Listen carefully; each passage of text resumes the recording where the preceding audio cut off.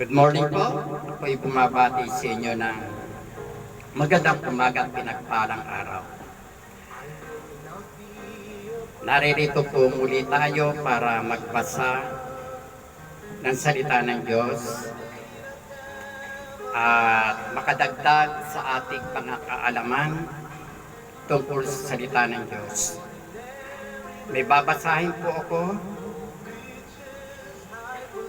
sa aklat ng Isaiah, Kabanata 41, talata 21 hanggang 29. Pamamagatan po natin na mga walang kabuluhan ang mga Diyos-Diyosan.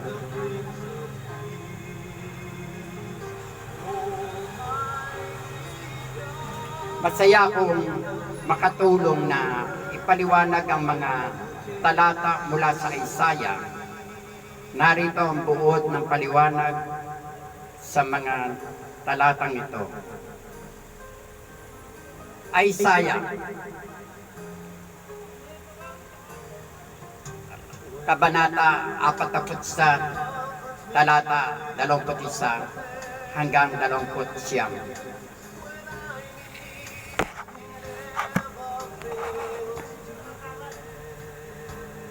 Hinahamon ng Diyos ang mga Diyos-Diyosan na magpakita ng kanilang kapangyarihan at sabihin kung ano ang mangyayari sa hinaharap. Ipinapakita ng Diyos na ang mga Diyos-Diyosan ay walang kapangyarihan at walang kabuluhan. Ang Diyos ng Israel, ang tunay na makapangyarihan at may kakayahang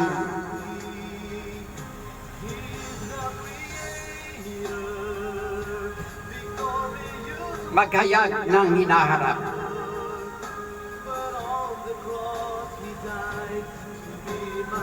Isaiah,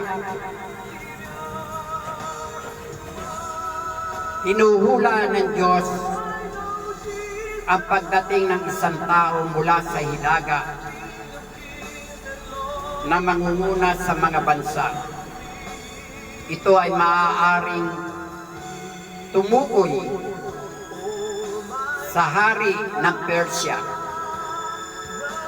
na si Cyrus na ginamit ng Diyos upang patayin ang mga Israelita mula sa pagkakabihag sa Babylonia.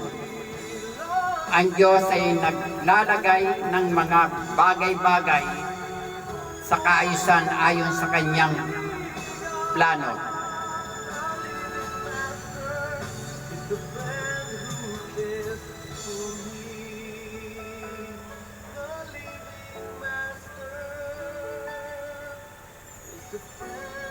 Isaiah, ipinapakita ng Diyos na walang ibang Diyos o tao ang nakagagawa ng mga bagay na ito. Nagagawa niya ang mga Diyos-Diyosan at kanilang mga tagasunod ay walang kapangyarihan at wala silang kayang gawin na makabuluhan. Papaliwanag lang po natin ang konti. Ang mga talatang ito ay bahagi ng propesiya ni Isaiah na naglalayong ipakita ang kataas-taasang kapangyarihan ng Diyos ng Israel kumpara sa mga Diyos-Diyosan ng ibang mga bansa. Sa mga talatang ito, ang Diyos ay nagsasalita ng direkta at tinahamon ng mga Diyos-Diyosan upang patunayan ang kanilang halaga.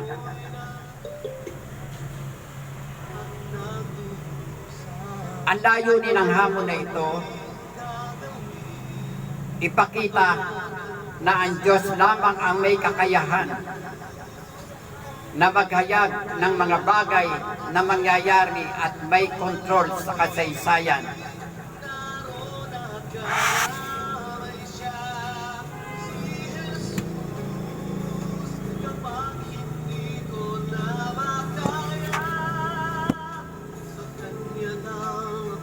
Ang pagbangkit kay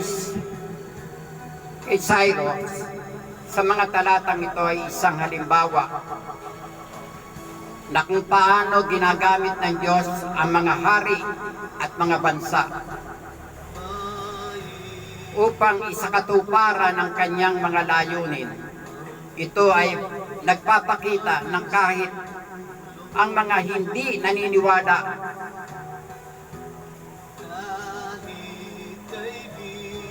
naniniwala sa kanya ay nagiging kasangkapan sa kanyang plano.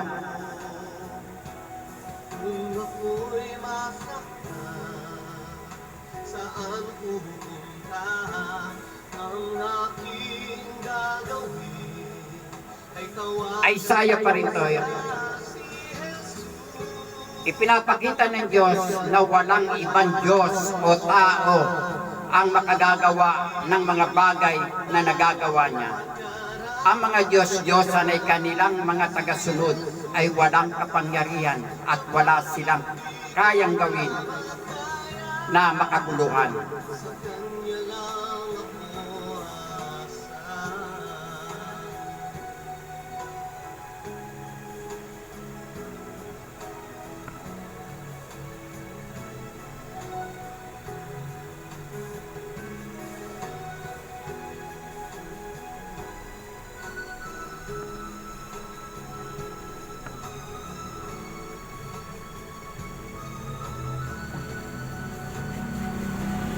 Kung ako'y naroon at nagdudusa, ang aking gagawin ay tawagan ko siya, si Jesus. Kung kailan kailangan siya, palagi naroon ang harap. Sa pangkalahatan, ang mga talatang ito ay nagtuturo na ang Diyos ang tunay na makapangyarihan at walang ibang Diyos o kapangyarihan na makahihigit sa Kanya. Ang Kanyang kakayahang manghula at kontrolin ang kasaysayan ay patunay ng Kanyang pagiging Diyos na dapat nating pagtiwalaan at sambahin. Kapag hindi ko na makaya, sa Kanya lang ako asa. May babanggitin po ako rito tungkol sa mga Diyos-Diyosan.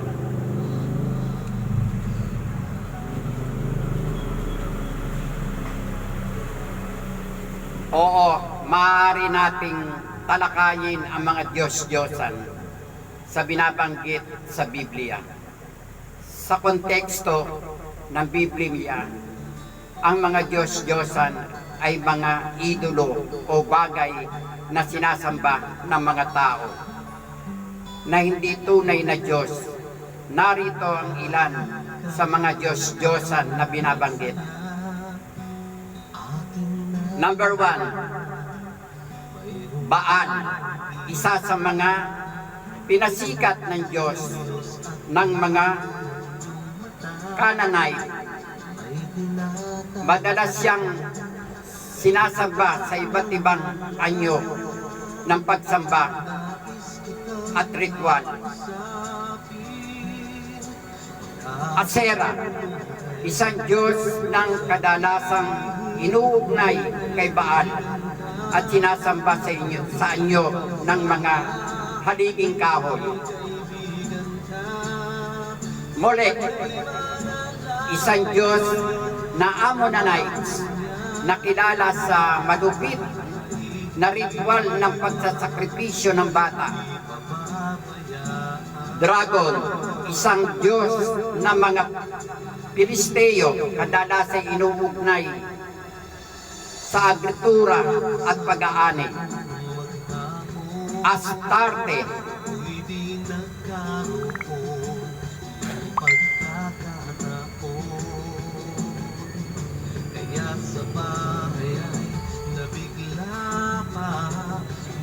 Astarte o Astoret, isang diyosa ng pag-ibig at digmaan na sinasamba sa iba't ibang bahagi ng sinaunang malapit na sa silangan. Ang pagsamba sa mga Diyos-Diyosan ay paulit-ulit na kinukundena sa Biblia.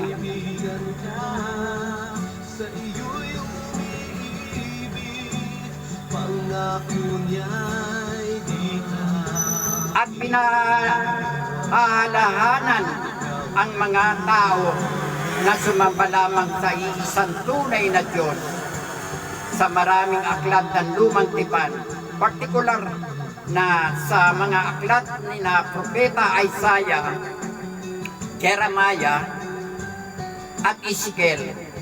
Ang pagsamba sa mga Diyos-Diyosan ay tinuturing na pagtaksil sa Diyos ng Israel.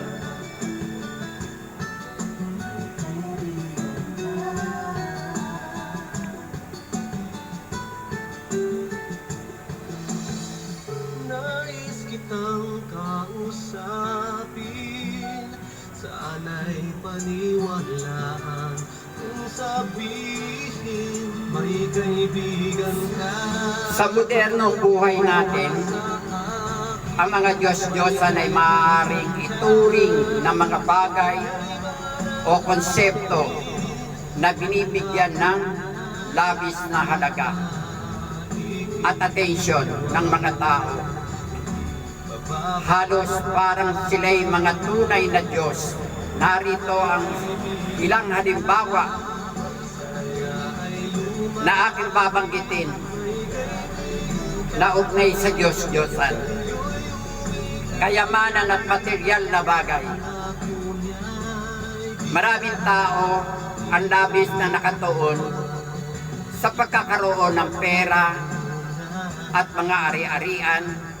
Ang labis na paghahangad sa yaman ay maaaring maging sentro ng kanilang buhay. Katanyagan, popularidad. Sa panahon ng social media, maraming tao ang nagpapahalaga sa pagkilala at pagsikat. Maaaring ituring na Diyos-Diyosan.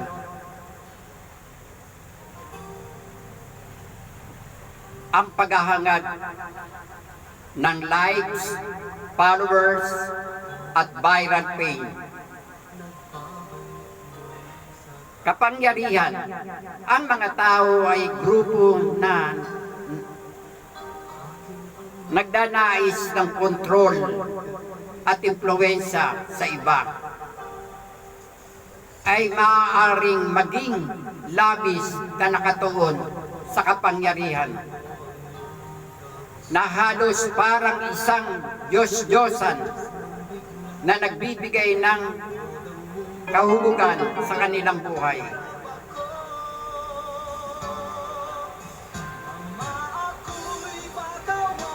Teknolohiya.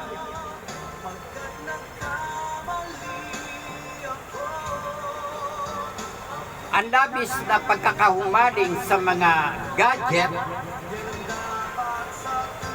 internet, at social media ay maaaring maging isang anyo ng pagsamba kung saan ito ang nagiging sentro ng atensyon at oras ng isang tao.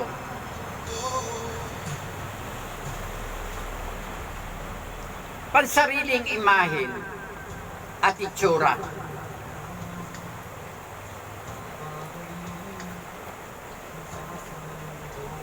Ang labis na pagpapahalaga sa pisikal na anyo at kagandahan ay maaaring ituring na Diyos-Diyosan.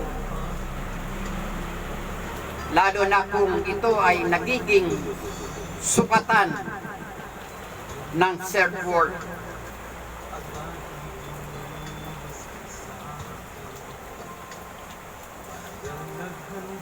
Ang mga bagay na ito ay nagiging Diyos-Diyosan.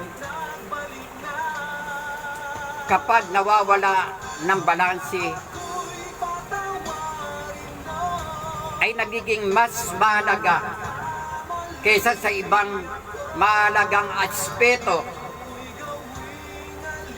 ng buhay, gaya ng relasyon, kalusugan, at espiritual na paglago.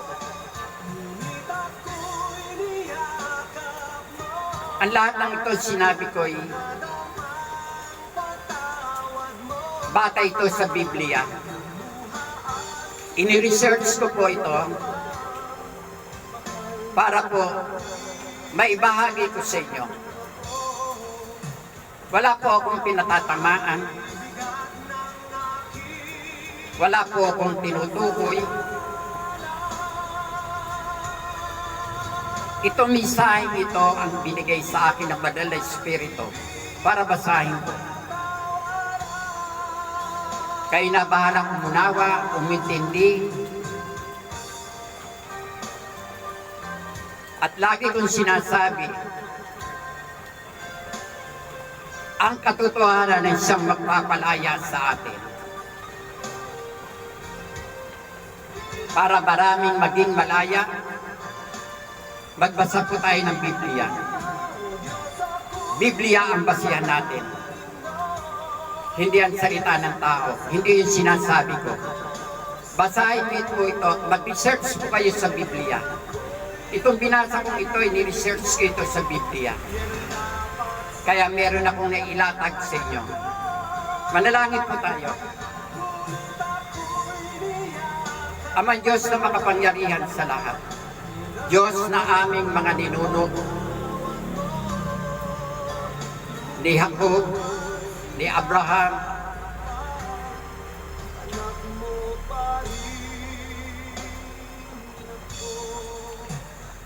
Diyos na nagbibigay ng kaliwanagan, kaunawaan, pag-iintindi. Ama, paunawa mo po sa kanila. Itong mga bahagi na binasa ko, higit po nilang maintindihan, mabuksan mo ang kanilang mga isip at puso.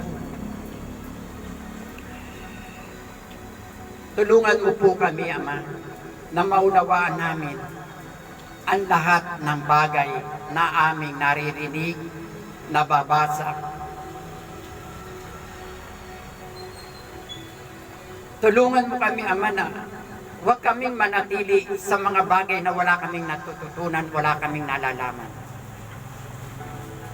Ayoko po, Ama, na abutan mo kami sa hindi magandang kalagayan. Bigyan mo po kami, Ama, ng lakas ng loob. Bigyan mo po kami ng tapang upang masabi namin ang katotohanan. Maraming salamat, Ama, sa mga bagay na pinauunawa mo sa akin. Sa mga mensaheng ibinibigay mo sa akin na para basahin ko. Pero habang binabasa ko siya, nag-i-elaborate sa isipan ko. Naway, Lord, ang lahat ng nakapakinig ng aking binasa, ibigay mo po yung sapat na pang-intindi at pang-unawa. Buksan mo ang aming mga mata, ang aming mga puso. Doon ka po dumuklok sa aming puso. Ito, Lord, bahagi ng aking evangelism, kahit nasa social media, kahit nasa mga group chat, Lord, kumilos ka.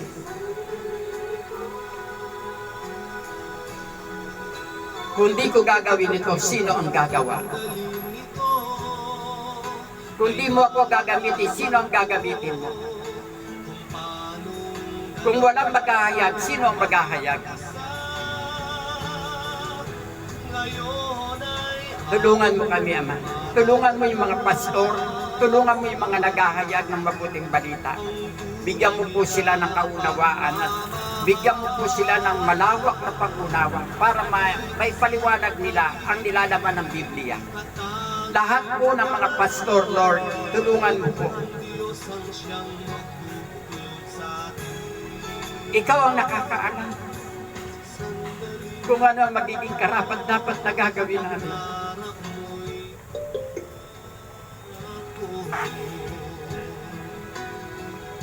Ngayon pa lang, Ama, inaangkin na namin ang kapangyarihan ng karunungan na ibibigay mo sa amin.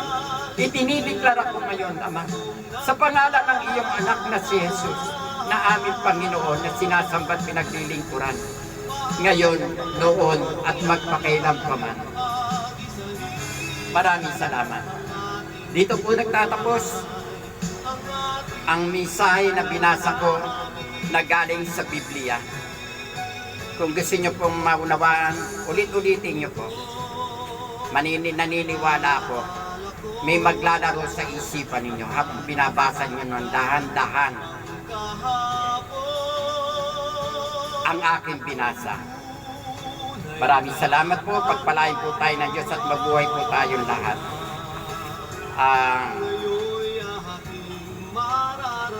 Ako'y aawit ng isa. Sige po.